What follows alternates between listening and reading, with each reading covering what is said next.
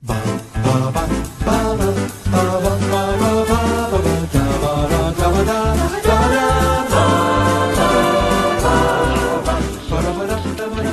ideas. You've just crossed over into the Twilight Zone. Hello, I'm Thomas Carruthers. And I'm Jay Reef. And today, Jay, we did a little project sometime last year. We did a month of David Lynch, one of our favorite filmmakers and your favorite filmmaker. And we share another love that we have talked about before on the show for our Christmas special bonanza, where we looked at The Night of the Meek, an episode of Rod Serling's iconic, forever classic, scarily modern, so many, what's the word? What's the word where you just throw around it's not pejoratives. Oh. It's like whatever. So many words where I'm like, oh, this is good. It's very good. It's sensational, isn't it? It is The Twilight Zone. Now, The Twilight Zone is a show of over how many episodes is it in total? Over 200? Around about that, yeah. And 156 over 5 seasons. And that's a Herculean task. So I took about constructing the 50 greatest Twilight Zone episodes of all time. I have watched them all. I have the articles on the blog, which you can look at if you want spoilers for my opinions on some of these episodes. But I did watch every single episode sometime last year, as Jay knows, because he lived with me and at late hours would often hear. One of our other roommates, Leanne, didn't know what the Twilight Zone was, and I had no idea what this noise was, and it was very. She was like, "What's that noise all the night, every night?" And then we eventually watched some as a group, and she was like, "Oh, right, okay. So this is the noise that I keep hearing every single night." Yeah. So these are in no particular order, apart from our last episode, which we'll do in a year, but our last episode, which is my favorite episode. I believe it's your favorite episode as well. You haven't done all 156 episodes, so maybe your opinion will change over the course of this series. But it's walking distance. I don't want to spoil anything. But name. My love of distance was there. My love of that episode is eternal. It's one of my favorite pieces of media ever. I've written articles on it and watched it an abundance of times, and it's wormed its way in, some subtly and some not so subtle ways, into my own works.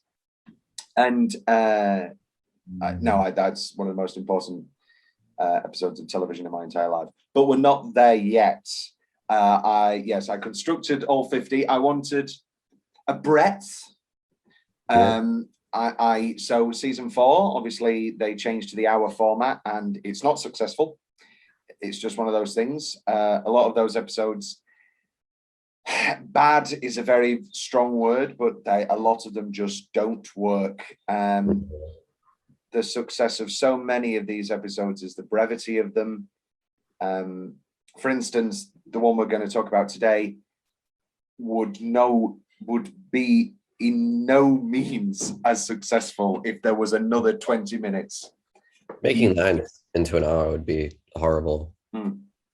And that's often the problem with a lot of those hour episodes, is that the scripts aren't written, whether they've been stretched or whatever. We are going to talk about a couple, one of which is probably my second favorite episode of all time, and it just so happens to be one of the hour ones. I think absolutely sensational. We're going to get to that eventually, but yes, no, these are the 50 greatest episodes of the Twilight Zone, in our opinion, in no particular order. And so I thought, what better way to start with perhaps the most iconic episode of all time? Yeah. I think it's the one that people, Yeah. whether it be the Futurama, the Scary Door, or just general pop cultural references, Yeah. people know the guy who drops his glasses and can't read anymore. Yeah. Oh my God. I was watching it last night, and my girlfriend just got home as I was watching the last few minutes. And she was like, well, why is the episode ended there? And then I explained the entire thing to her. And she was like, oh, that's horrible. Pretty terrible. This was one of the ones I did watch as a group. And it was like halfway through, and he's talking about killing himself. And Rian, previous guest, said, do you remember when this was just about a guy who liked to read? and so I can only imagine watching this with fresh eyes again. I don't think I never have watched it with fresh eyes. I've always known the ending. I did. The first time I watched it. And was it gasp worthy? I can only presume it was. It was definitely painful. I don't know if it was gasp. It was like, I think the Twilight Zone is known as many things. Obviously, the twists are fundamental. People, this is the thing that people know. And I think a lot of times the show is miscategorized as a cruel show. I think a lot of times, and sometimes the twists are cruel. For instance, this is probably the cruelest of them all. Yeah. But a lot of times, these twists aren't necessarily cruel. A Stop at Willoughby, for instance, is a startlingly dark ending, but is surprisingly hopeful, despite the cruel nature of what it's discussing. This is another episode that discusses suicide. But all in all, it's mostly just about these characters and these stories. And yes, a lot of the time, I love Man in the Bottle. I love, I'm Hitler. I love the real out of the blue twists. But for me, a lot of the time, these twists work as most twists do, because they are so ingrained in the story and are, what's it called, where you can't change your fate? Inevitable. Inevitable. Yes. They are inevitable. And this is one of the ones that I do think goes against that rule and is cruel, because it's not really inevitable. This is just a cruel, ironic twist on a poor, innocent, if nebbish and if annoying man. Yeah. And it works tremendously, tremendously well. So Rod Serling obviously wrote, I think it was around the 90 mark of these episodes, some of his own volition, some original stories, some adapted from short stories, some completely reworked, some adapted to the letter almost. In the case of It's a Good Life, long stretches of that story are just put into the script. This is a case where it's based off a short story by Lynn Venable. I haven't read the short story. According to Mark Scott Zickery of the Twilight Zone Companion, he says that the short story more or less is just the twist, and we don't really spend the time with the character. I think we do in this one. Well, that's why it works, isn't it? This is the first Burgess Meredith episode of 4. We're going to talk about one more of those. We're not going to talk about Printer's Devil, a fine hour episode, but you can see it coming a mile off, and it doesn't really go anywhere. And we're not going to talk about Mr. Dingle the Strong, because who wants to do that? But we will talk about the Obsolete Man, another one of the absolute, probably best episodes. But this is, yes, Burgess Meredith, famed for, he was in the, I don't know if it was the first, but he was in the Mice and Men adaptation. That was one of his big early roles. But obviously he was the Penguin in the Adam West series, and obviously went on. Did he win his Oscar for Rocky? No, he was nominated for Best Supporting Actor for Rocky. Wait. Who was he in Rocky? He's the guy. He's get him, Rocky. I don't know. Mickey. Yeah, he's Mickey. How did I? Oh my God! It's the glasses. It's the glasses and the mustache. The glasses that make his eyes look huge. Those are fake glasses. So basically, they had two forms of glasses. In the wide shots and the but in the camera far back, they used normal glasses so he could see. And then in the close-ups, they had just the world's most ridiculous lenses, and he couldn't see a thing. He was blind as a bat.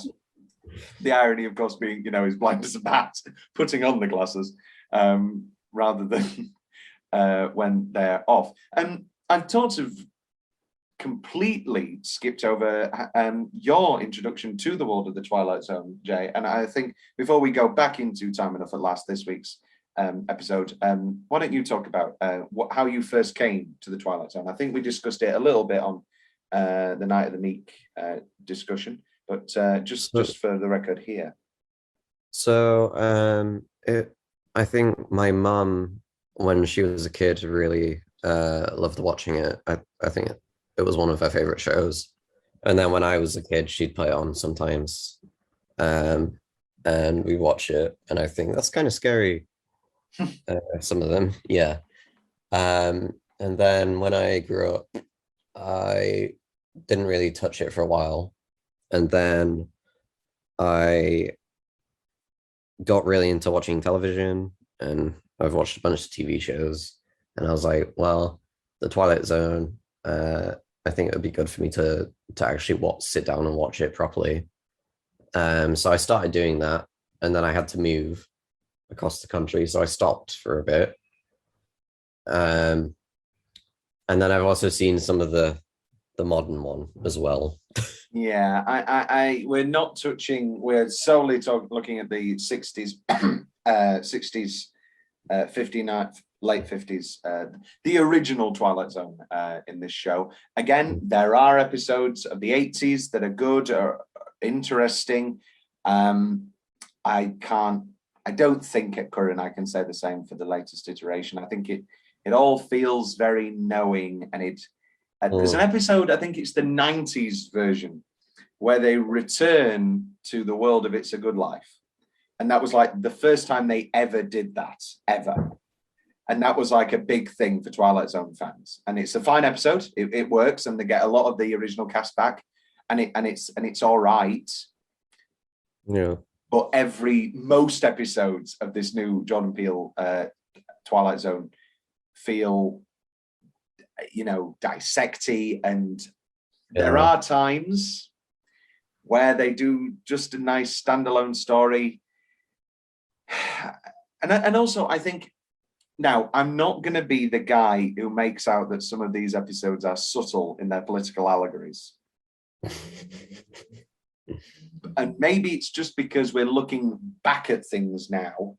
And so we sort of take, not for granted, we take part and parcel, part of the package is that 50s aesthetic, that 60s aesthetic of perhaps, not that these performances are bad, but these slightly arch, these slightly over the top at times performances, and the manner of which it's presented, and some of the special effects, although again, it's not that they're especially bad, especially in the world of makeup, some of the most sensational work ever put to the screen ever. But watching it in the modern sense, it's I think we're less willing as an audience to take that sort of stuff for granted. The way I came to Twilight Zone, it was a combination of many things. We're a big Florida family, and I remember going on the ride and going, I really like this. I like these things. I like this suited man telling this story. I liked spooky things as a kid. I watched a lot of horror too early, quote unquote. I'm fine. But I liked the aesthetic, and I loved telling stories as a kid. I loved reading it as a kid, and I loved a twist. I remember literally we would have evenings where I would ask like family parties or whatever, and then we'd start talking about movies, and I would ask them, oh, what are good twists? And much to my chagrin later in life, because I had Sixth Sense and Psycho and Primal Fear and all these great movies ruined for me. But I remember going like, oh, what are the best twists? And like having them describe them to me. The only that I remember, the first twist I ever watched for myself and experienced was Shutter Island, and I was like, oh, this is my Sixth Sense moment. This is my Sixth Sense, and then that became Googling Twilight Zone best stories, best episodes, best twists, and so I ruined it for myself in a lot of cases. But just reading those little snapshots, and then it was a long period of time before I actually ever watched a proper episode. I remember the Steve Guttenberg, Kirsten Dunst Disney Channel movie, Tower of Terror, Twilight Zone, Tower of Terror, which I would watch all the time. And again, enjoying that spookiness, enjoying that world. But it was a long time before I eventually, obviously, I got all the Blu-rays and just devouring everything I could. And I own everything that's most words that Serling's ever written. His prose is excellent. His screenplays are excellent. He is an icon for me, and he always will be. And his ability and his craft, and he would dictate all of his scripts, and he would dictate all of his novels. He would dictate everything, and then it would be later transcribed, and then he would take that script and make notes, and then dictate some more. And I think it's the ease, and obviously there is a lot of work that goes into these things, but the fact that these episodes are made in 3 days. Like, really? Yeah. Oh my God. 3 days each. Usually the first day was rehearsal, and then, yeah. Again, it's, you know, they don't make them like they used to, not in this case at all. Like, literally, everyone, you're dealing with great craftsmen. That's what it is. And TV at that time nurtured writers in a way that perhaps it doesn't now. Perhaps that's changing again. But Twilight Zone, I think we should do some just linear general history notes. Playhouse 90 was where Serling really cut his bones. And he was wanting to talk about race, chiefly. He was wanting to talk about politics, and frequently was met with censoring. You can't do that, not on this television. And so, like many of the authors of the time and many of the filmmakers, he took that through the lens of sci-fi and fantasy and gave us the Twilight Zone. And then by the time that we get to series 5, I believe it is, we get some more spoken out loud reference. I think The Shelter, and it's when they start being racist to one of the neighbors, and that's like some of the first times we're hearing it in this series without any, you know, obviously they even make fun of it in Mad Men with the Negron complex, when Kinsey comes back and he's written this Star Trek script, and he thinks it's the most genius thing ever, that there's a race of aliens that nobody likes called the Negrons, and he goes, "It's so clever, isn't it?" And he goes, "No, it's really not." And so you know, and it's even the Bob Burnham. It's even the Bo Burnham joke where it's like, there was a square family and a round family, and they said, "Oh, don't worry, this is a veiled metaphor for racism," and you know. And it's all that stuff. And yet you still have people today going, "Why is everything becoming political?" I don't know why I didn't like the Candyman remake, but I really didn't like people who were like, "Why are we making Candyman woke and political?" when so much of the original excellent film is it's conversations with race, which led me to be excited for the Candyman remake, that we were going to have that explored even further. Unfortunately, it didn't work for me in the slightest. It was a big mess. And that was a case of, we're going to talk about every single thing.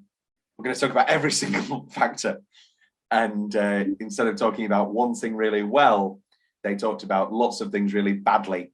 And of course, going full circle, 25 minutes, I'm going to talk about this one thing really well. And they often succeed greatly. There are themes that come up over and over and over again. Maybe it's because I'm fucking depressed, but I think the biggest theme, and we'll talk about this a lot, and perhaps this is the perfect episode for us to start with, is that theme of loneliness and isolation. Yeah. Comes up over and over and over again. Even with the first episode. Yeah, which we're going to talk about next week. Yeah. All of it. I mean, this one is the most literalization of it when he says, if it wasn't for that loneliness. I mean, obviously there's the episode The Lonely, but time and time again, these episodes are just these lonely people caught out in a world, outsiders or even insiders who just feel completely out of place. And then they are given through the Twilight Zone a chance or are ruined even further in this case. They're given the chance that they've always wanted, Time Enough at Last and all the books. And then things fall apart. Powerful stuff. Let's talk nitty-gritty about Time Enough at Last. We meet Henry Bemis, played by Burgess Meredith. And again, very simply, the man loves to read. Oh yeah. I was actually surprised that they haven't made a crappy remake of it yet in the new one. That's him staring at his phone all the time. He loves to podcast. That's what he does. Yeah. Joe Rogan and the Weekly Planet. There's time enough at last for me to listen to every episode of the Losers Club, the Stephen King podcast. No, he just starts listening to Alex Jones. Even a man completely isolated, the last man on earth with all the time in the world, wouldn't listen to the Alex Jones podcast. And I think very early on, obviously, another episode with Burgess Meredith that we are going to talk about is The Obsolete Man. And all of that is about censoring and burning books and so many other things in that episode. But one of the big things is that elements of literature and a love of literature. And David Copperfield and Mrs. Murdstone. And I can't believe it's never clicked for me before, but he's talking about how great these names are. Mm. And who is another great namer? Rod Serling, Henry Bemis, these wonderful names, these over and over again, we're going to meet these wonderful characters with great names. Meredith is playing it quite nebbish, quite foolish, quite jovial, but I think it is a childish and, pardon the pun, blind adoration and love of books, and that is all it is, and he just can't get enough. Yeah, it is. I think it is a bit much as well, though. I think if you're reading like obsessively the badges people are wearing or milk cartons, I think there might be a slight problem there. It's very reminiscent of the Planes, Trains, and Automobiles line. Didn't you notice I was bored? Maybe when I started reading the vomit bag, didn't you notice? Yes, I think the milk cans and the buttons. Maybe, yes, it turns maybe a little bit absurd. But I think it works for this episode. Oh yeah, no, it does work. It does work. Because I think we're introduced to it early enough for it to be part of the world, and we can take it. Yeah, it works. I'm just saying, I do think he has a problem. Oh no, yeah, maybe there's I think we should make a Cruella called Helen, where we get where we stop vilifying poor Jacqueline DeWitt's Helen Bemis and see it from her point of view. She married this man. Maybe he didn't always like books, and then marriage has fallen apart. Yeah. I completely forgot when I watched it yesterday that she scribbled out all the poetry. I mean, I don't know. There must be somewhere out there. Maybe it's not popular enough, but if there isn't a drag queen that has lip synced, I guess it doesn't work for lip syncing because it's not really the dialogue, but those looks that Jacqueline DeWitt is giving when she's like, why don't you read me some poetry? And she cannot wait to see Henry open this book. It's like, oh, darling, oh, I can't wait. We've got Browning and Keats, P.S. George Bernard Shaw. And then he opens it and he goes, oh, no. And Helen, why do you do these things, Helen? And she goes, oh. And she's just, what could that possibly be? Yeah. And it is over the top, but it's again, this is the thing. I don't know how. I don't have an explanation, and I guess that's bad for a podcast.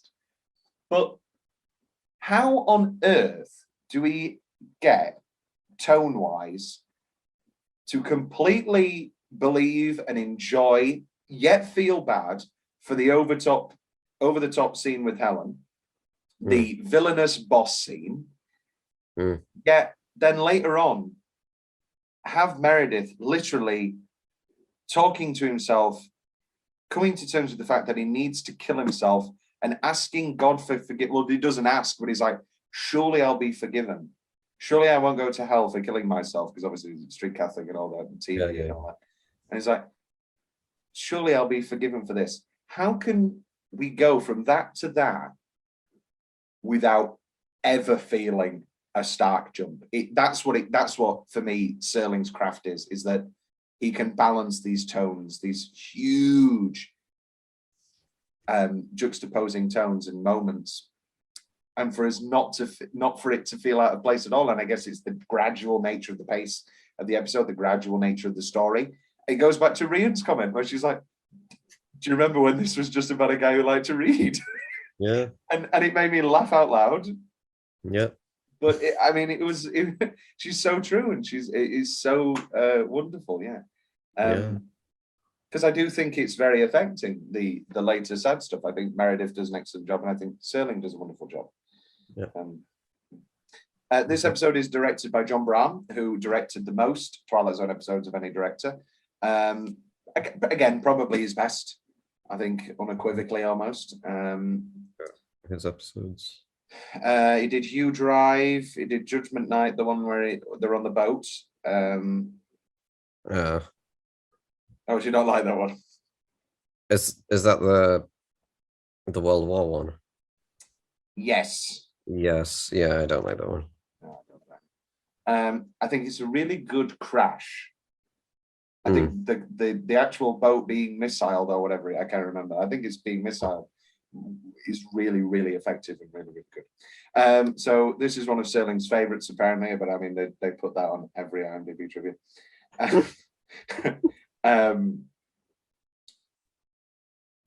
This is one of the only episodes where they do the mid-episode narration, where Serling comes back and he does more narration, and it's usually in the episodes where there is less talking, apart from the case of I Sing the Body Electric, where they're kind of going through the motions because it's a big plot and they're dealing with a lot of things. But in the case of The Hitchhiker and this, and I Shot an Arrow in the Air, it's that case of in all three of those, it's just one person on a journey, and so yeah, to help out, I guess, with the story. It says here, Mr. Bemis goes on lunch break at 12. As he nears finishing his break in the bank vault, the nuclear blast breaks his pocket watch with the time of day indicating 12:24. If that is what they are putting on IMDb trivia, I feel sorry. I feel sorry for them. I mean, I read it, so what does that make me? I have here, I want to talk about, we talked about the Button story, yeah. I just wanted to know who she was voting for. Again, you could look at that as a lecherous story, but I think by that point, we believe completely that he is just this avid reader to an absurd level. Yeah. And so, yeah, he would probably be reading Buttons. Probably, yeah. Yeah. The opening scene. We haven't really talked about. Yes, with the bank teller, yeah. Yeah. And he just puts the sign closed. It's just. How has he not been fired? Oh, I know. How has he not been fired up until this point? And then the meeting with the boss, it's like, I know what you are. Yeah, you're a You're a reader.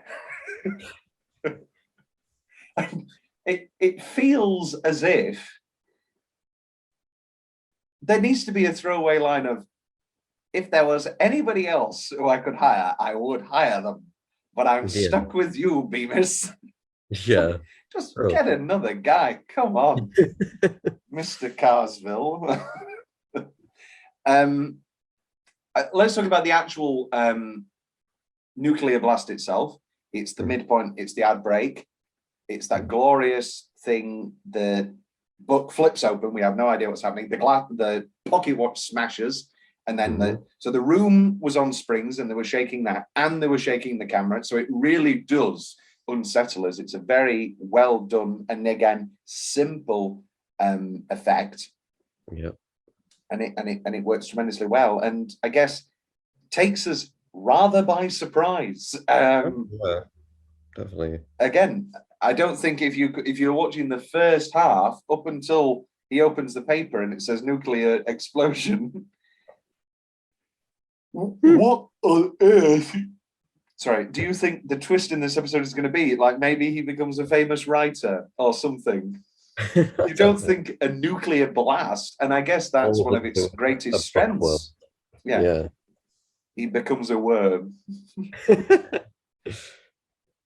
No, I again, one of its greatest strengths, and I guess one of its commentaries on the fear of nuclear explosion at that time, is of course it could happen absolutely whenever, at any time. Yeah, there's a few episodes that you can tell that. The one where they go to where they're not actually people. No, where they're aliens. Third from the sun. What's the name of that planet? Earth. Yeah. Look in the camera. Wink. Yes, we'll be talking about Third from the Sun. A great episode. Yes, I mean it just can't be underestimated at all. The fear of nuclear war at this time, especially around 62, where we get the nuclear clock or whatever it was called, doomsday clock. Sorry, and people literally that weekend they had no idea whether or not they were going to die, whether they were going to wake up. And it's that thing of when Bemis finds the corpse of the boss, and he's just okay. Prepare the speech for Thursday's evening banquet. And it's like that will never happen. Thursday's banquet. He's preparing for Thursday night's food, and then you're dead. And it just can't be underestimated how terrifying and how wonderfully presented all of that really is. And then he has his little speech about it, where he's like, "I was in the vault." Yes, if I was going to make a change, I do think the monologuing does feel natural. Maybe it's the strength of Serling as a writer and the strength of Meredith as a performer.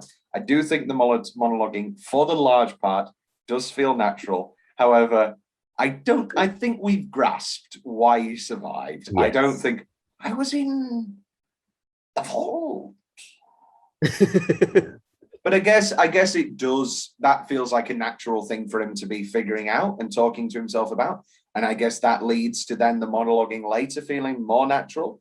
I've got food. I had food for years and years and years and more. And I think that's a very interesting choice. I don't think, again, there's not really a wasted minute, is there? It's a very specific choice for us to spend a minute and a half explaining that he's found food. Yeah. He could live forever if he wants. Yeah, I think it's good that they established that because when you're thinking about what the twist could be or stuff like that, and it could just be he runs out of food or something, but the main point of the episode is that his glasses break. And I think, like, to him, that's probably more important than life, just being able to read. Well, he's at the point of suicide, isn't he? He's like, I could live, but what's the point in living if you're just alone without anything to do? And, it's a very dark concept, but it's completely earned at that point in the episode and earns at that point in the script, and doesn't come out of the blue. And I tell you what, this light, for those of you watching on video, you can see me jostling around and dealing with my camera. And I can't get away from the light. I'm going to prop myself here. Right. But the very Silence of the Lambs, very Jonathan Demme, very looking straight into the camera. But I think it's completely, and then it's a very dark spot. And then for a moment, we think it's going to be a really happy ending. We're like, oh, Bemis finally gets, and it's so cruel and unwarranted in so many ways. I mean, it works like gangbusters. Obviously, it's one of the most iconic episodes of all time. It's one of the most iconic TV episodes of all time. TV Guide ranked it 25 out of the top 100 episodes of all time. And then Serling comes back in to close us out, the best laid plans of mice and men, and Henry Bemis. Maybe my most quoted and favourite.